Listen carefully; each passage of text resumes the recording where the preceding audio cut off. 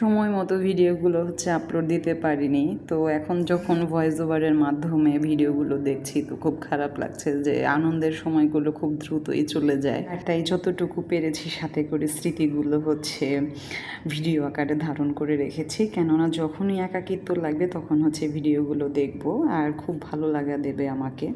ছাড়া যখনই গ্রামের বাসায় যাই আর সবাইকে দেখতে পাই কী যে ভালো লাগে, সেই ভালো লাগা ভাষায় প্রকাশ করা যাবে না।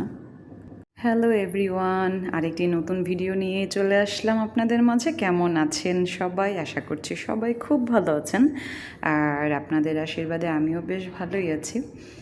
আর এই ভিডিওটা দশমীর পরের দিন, মানে দিনটা ছিল একাদশী। তো সকালবেলা উঠেই আমি স্নান করে গীতা পাঠ করছিলাম, আর আমার বর বাজারে লোক পাঠিয়েছে, কিছু বাজারও লাগবে যেহেতু একাদশী, আর আমরা তো শুধুমাত্র ফল খেয়ে একাদশী করে থাকি।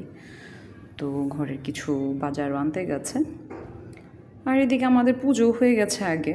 আমি পরবর্তীতে গীতা পড়ছিলাম, আর প্রণয় ভিডিও নিচ্ছিল। আর গীতা পড়ার মাঝে আমি এতটা শান্তি খুঁজে পাই, অন্য কোনো কাজে মনে হয় না আমি এতটা শান্তি পাই। আমার কাছে খুবই ভালো লাগে, মানে আমার মন যখন অস্থির হয়ে যায় না, মানে অস্থিরতায় ভোগে, কিছু সময় আসে না মানুষের লাইফে, তখন এই গীতাটাই না আমাকে অনেক বেশি হেল্প করে থাকে। আর আমার একেবারে উচাটন মন যেন একেবারে শান্ত হয়ে যায়। তো চলে আসলো বাজার, যে বাজারের কথা আমি বলেছি আপনাদেরকে একটু আগে। তো চলে আসলো কলা। তো বাসা ভর্তি কলা গাছ, কলাও আছে কিন্তু সেগুলো পাকেনি, তাই কিনে খাওয়া হবে। আর অনেকগুলো ছড়ি ধরেছে গাছে, মানে অনেকগুলো কলা আছে, সেগুলো পাকতে অনেক সময় লাগবে। আর আমাদের বাসা তো কলা গাছের অভাব নেই, প্রায় গাছে কলা ধরে আছে। আসলে আমার না খাওয়ার থেকে দেখতে অনেক বেশি ভালো লাগে। আর আপেলগুলোর একেবারে বেহাল অবস্থা ছিল, আর আপেল কিন্তু আমি পছন্দ করি না, কিন্তু আমি না করলে কি হয়েছে, ঘরে তো আরও মেম্বার আছে, এরা খাবে। আর এনেছিল দেশি আলু, ছোট ছোট আলুগুলো খেতে অনেক বেশি ভালো লাগে। সাথে ছিল কাঁচামরিচ, তারপর করলা, একটা ওল কচু। আর এই ওল কচুকে কিন্তু গ্রামের তারা পেঁচা কচু নামে বলে। তো আমরা তো বইয়ের ভাষাতে ওল কচুই শিখেছি। আর এখানে দুধও চলে আসলো। তারপর এখানে কিছু পেঁয়াজ ছিল, পটল, তারপরে টুকটাক আরও জিনিস ছিল। আর এদিকে আমি ফল কেটে নিচ্ছিলাম, আর এই পেঁপেটা আমাদের গাছের। তো একটা একটা করে পেঁপে এখন পেকে যাচ্ছে, তো সেগুলোই একটা একটা করে নামানো হচ্ছে, মানে একটা করে পাকছে আর একটা করে নামানো হচ্ছে আর কি। আর সাথে একটা জাম্বুরাও ছিল। আর জাম্বুরাটা আমার মাসি শাশুড়ি যে আসছিল, সে তার কাছে থেকে আমার জন্য জাম্বুরাটা নিয়ে আসছে। তো প্রথম যখন আমার জন্য জাম্বুরা নিয়ে আসে দুইটা, তখন আমাদের মামা শ্বশুরকে একটা দিয়ে দেওয়া হয়, আর একটা ভোগে চলে যায় আমার শ্বশুরের কাজের সময়। তো পরবর্তীতে আমার দেবর, মানে মাসির ছেলে, সে আমার জন্য দুইটা নিয়ে আসে। একটা পড়ে গিয়ে ছ্যাঁচা খেয়ে, সেটা মানে গাছ উঁচু তো পড়ে গিয়ে সেটা পচে যায়, ফেলে দিয়েছে। আর একটা ছিল, আর সামনে যেহেতু একাদশী ছিল, আর তাই আজকের দিনের জন্য আমি জাম্বুরাটা রেখে দিয়েছিলাম, আর সবাই একসাথে খাবো। আর আমরা এখন চলে আসলাম, আমরা বলতে আমি না, আমি ছিলাম বাহিরে, ভেতরে আমার বর আর আমার ভাগ্নে প্রণয়, সে চলে, আমি জানি না, ক্লিপটা সেই নিচ্ছিল। তো আমার বর গাছগুলো দেখার জন্য ভেতরে গিয়েছিল। আর আমাদের তো মোটামুটি অনেক ধরনের ফল গাছ আছে, চালতা, জলপাই, তারপর লেবু, আম, অনেক জাতের গাছ। মানে আমার শ্বশুর মশাই এমন কোনো গাছ বাকি নেই যে সে না লাগিয়ে গেছে। মানে ইন ফিউচার আমাদের কোনো ধরনের ফল আশা করি কিনে খেতে হবে না, গাছগুলো যদি সুন্দর মতো হয় আর কি। আর এখন চলে আসলাম জেঠিমণিদের পুকুরে, মানে এটা কি পুকুর বলবো না কি বলবো, পাগার আমি জানি না, হতে পারে এটা পাগার, মানে অল্প জল যেখানে থাকে এটাকে পাগার বলা হয়। তো আমার বর আমাকে এখানে মাছ দেখানোর জন্য নিয়ে আসছিল, আর আমি এই প্রণয়কে বলছিলাম, প্রণয় এই বিরল মানুষটাকে ভিডিও করো, কেননা তাকে পাওয়াই যায় না, সে সারাক্ষণ কোনো না কোনো কাজ নিয়ে ব্যস্ত থাকে। আর এখানে হচ্ছে জেঠিমণি তার ঘরে নেই, সে মনে হয় কোথায় গেছে তালা দিয়ে। কিন্তু আমরা তো আমাদের আড্ডা দিচ্ছিলাম বসে, যে বাসায় কেউ থাক আর না থাক আমরা হচ্ছে থাকবো। তো আমরা অনেকটা সময় বসে এখানে মজা করছিলাম। আর এখন যেটা হবে সেটা হচ্ছে আমরা গাছ থেকে ডাব পারবো, আমি না, আমার বর তারপর হচ্ছে দেবর মিলে। আর যাদের গাছ থেকে পারবো সে হচ্ছে আমার ভাসুর ঠাকুর। আর আমাদের গাছের ডাব তো আমি এর আগে আপনাদেরকে শেয়ার করেছিলাম যে সব চড়ে নিয়ে গেছে, তাই হচ্ছে তাদের গাছে কিছু ডাব আছে, আমরা এখন সেটা খাবো। আর ডাব গাছে উঠার মতো তো কেউই নেই, কারণ নারকেল গাছ অনেক উঁচু হয়। তাই হচ্ছে একটা মানে চিকন একটা এটাকে কি বলে, মানে বাঁশের আগা আর কি, এটার মধ্যে হচ্ছে কাঁচি বেঁধে নিল। তো সেটা দিয়ে অভিনব কায়দায় এখন ডাব পাড়া হবে। আমি কখনো এইভাবে করে ডাব পাড়তে দেখিনি, আজকে হচ্ছে ফার্স্ট টাইম সেটা দেখব। তো আমি তো খুব এনজয় করছিলাম, আর খুব ভালো লাগছিল দেখতে, যে যে জিনিস কখনো দেখিনি সেটাই আজকে দেখতে পাবো। যাদের কাছে ডাব খাবো তারা হচ্ছে কেউই বাসায় নেই, তারা হচ্ছে অন্য জায়গায় থাকে। মানে আমার ভাসুর ঠাকুর, তার হচ্ছে ওয়াইফ মানে আমার যা, আর তাদের একটা ছেলে, তারা হচ্ছে বাহিরে থাকে, মানে মাধবীর এদিকে, কেননা তাদের ছেলেকে ওইদিকে স্কুলে দিয়েছে। আর এই বাসাতে হচ্ছে আমার শ্বশুর মশাই থাকেন, মানে আমার শরিক ঘরের হচ্ছে শ্বশুর আর কি।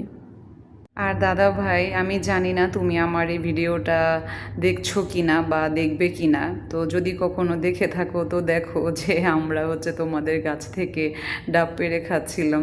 তো গাছে ওঠার মতো কেউ ছিল না, আমরা কিন্তু একটা অল্টারনেটিভ ওয়ে বার করে নিয়েছি। কি সুন্দর করে হচ্ছে ডাবগুলোকে পারছিল। আর সবগুলো হচ্ছে পাড়া হয়নি, পাড়া হয়েছিল খুব সম্ভবত 3টা, একটা হচ্ছে ফেটে গিয়ে ওখানেই নষ্ট হয়ে যায়, মানে জল বের হয়ে যায় আর কি, কেননা অনেক উঁচু গাছ নিচে পড়ে হচ্ছে ফেটে গিয়েছিল। আর 2টা হচ্ছে ভালো ছিল, তো সেই 2টার জলই আমরা খেয়েছিলাম। আর ভেতরে খুব একটা শ্বাসও হয়েছিল না, সেই ভিডিও আমি রেখেছি, আপনারা দেখতে পাবেন। তো আমার তো শ্বাসওয়ালা ডাব খেতে বেশি ভালো লাগে, মানে আমি জলও খাবো প্লাস ভেতরে শ্বাসটাও খাবো। তো এই যে এই ডাবটাই খুব সম্ভবত ফেটে গিয়ে একেবারে জল বের হয়ে যায়। আর মোটামুটি হচ্ছে এই বাসাতে সবারই সব ধরনের গাছ আছে, যেমন নারকেল গাছ, তারপরে হচ্ছে সুপারি, আম, কাঁঠাল সব কিছুই আছে। তবে চোরের জন্য হচ্ছে টেকানো বড় দায়, যেমন আমাদের হচ্ছে আম বাগানের মধ্যে লিচু আছে, বেশ কিছু গাছ আছে লিচু, প্রায় 6 থেকে 8টা গাছ। তো একটা লিচু হচ্ছে গাছে থাকে না, সবগুলোই হচ্ছে পেরে নিয়ে যায়, মানে রাখা হয় যে একটু পরিপক্ক হলে পারা হবে, কিন্তু তার আগে হচ্ছে নিয়ে বাজারে বিক্রি করে দেয়। আর সেই রিপোর্টও আমরা পাই, কেননা আমাদের বাসাতেই হচ্ছে এই জাতের লিচুটা আছে। তো আমরা জেনে যাই, বাজার থেকেই খবর চলে আসে যে আপনাদের গাছে লিচু হচ্ছে বাজার আনা হয়েছে। তো পরবর্তীতে আসলে এগুলো আর কিছু বলা হয় না, কেননা খাওয়ার জিনিস নিয়ে কার সাথেই বা ঝগড়া করবে, আর এটা খুব একটা ভালোও দেখায় না। তো চোখ আড়ালে নিয়ে যায়, সেটা তো আসলে কিছু বলার নেই, যার যার বিবেক। তবে মানে কাছের হোক কিংবা দূরের, চুরি তো চুরি, আসলে এইভাবে করাটা ঠিক না। কেননা আশা করে আমার শ্বশুরমশাই গাছগুলো বুনেছে তাদের সন্তানদের জন্য, আমরা ছেলের বউ, আমরা শখ করে খাবো। তো আমরা আসলে বিষয়গুলো ভোগ করতে পারি না, এটাই হচ্ছে কষ্ট লাগে, যে আমাদের গাছ থাকা সত্ত্বেও হচ্ছে আমরা এগুলো খেতে পারি না। আর এদিকে আমার বর হচ্ছে আমাকে ডাব কেটে দিচ্ছিল, আর আমি তো হচ্ছে অপেক্ষায় ছিলাম যে ডাবের জলটা খাবো আর কতক্ষণে হচ্ছে সেটা শ্বাসটা খাবো, যদিও খুব একটা শ্বাস বের হয়নি। আর আমি না সবসময় এটা আশা করে থাকি, আমি যখন মানে বাসাতেও ডাব কিনে খাই, আমার বর যখন আমাকে ধরুন যে কোথাও আমরা বের হলাম, আমাকে ডাব কিনে দিতে নেয়, তখন আমি ডাবওয়ালা ভাইদেরকে বলি যে ভাই আমাকে একটু শ্বাসওয়ালাটা দেবেন, আমার না শ্বাস খেতে খুবই ভালো লাগে। তাছাড়া আমি একজন নারকেল প্রেমী মেয়ে, আমি নারকেল অনেক বেশি পছন্দ করি খেতে।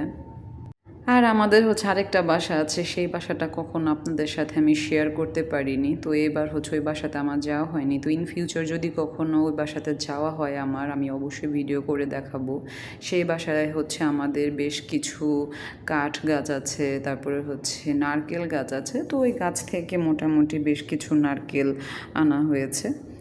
তো সবগুলো আসলে থাকে না, নিয়ে যায়। যেমন বাঁশ গাছ আছে বেশ, ওই বাঁশগুলো নিয়ে হচ্ছে বিক্রি করে দেয়, কোনো কিছুই আসলে থাকে না। আর অ্যাসেট তো আসলে থাকলেই হয় না, সেটা পর্যবেক্ষণ করার জন্য লোকের দরকার হয়, আর আমাদের হচ্ছে লোকের অভাব। তো এর জন্যই হচ্ছে মানুষ এই সুযোগে সদ্ব্যবহার করছে। আর আমার বর হচ্ছে আমাকে এখন ডাবটাকে কেটে দিচ্ছে যে ভেতরে শ্বাস আছে কি না। তবে আমি অতটাও নিরাশ হইনি, কেননা হালকা করে একটুখানি শ্বাস ছিল। তো সেটাই হচ্ছে আমি আর প্রণয় খেয়েছিলাম। তো দেখেন, মানে জাস্ট ধরেছে আর কি, পুরোটা হতেও পারেনি, জাস্ট হালকা একটা প্রলেপ পড়েছে। তো সেটা দেখেই একটু খুশি হয়েছিলাম যে যাক, আমার মনের আশা তো পূর্ণ হলো, একটু হলেও তো খেতে পারবো। আর একটা কথা না বললেই না, সেটা হচ্ছে কিনে তো সব কিছুই পাওয়া যায়, তো নিজের গাছে থেকে পেড়ে খাওয়াটার মধ্যে মজাই কিন্তু আলাদা। তো আরও খুশি হতাম এটা যদি আমার শ্বশুরের হাতের লাগানো গাছ থেকে পাড়া হতো, সেটা আরও অনেক বেশি ভালো লাগা দিত আমাকে। আনফর্চুনেটলি আমাদের গাছে কোনো কিছুই নেই, সবটাই হচ্ছে একেবারে নিয়ে গেছে, একটা কিচ্ছু রাখেনি।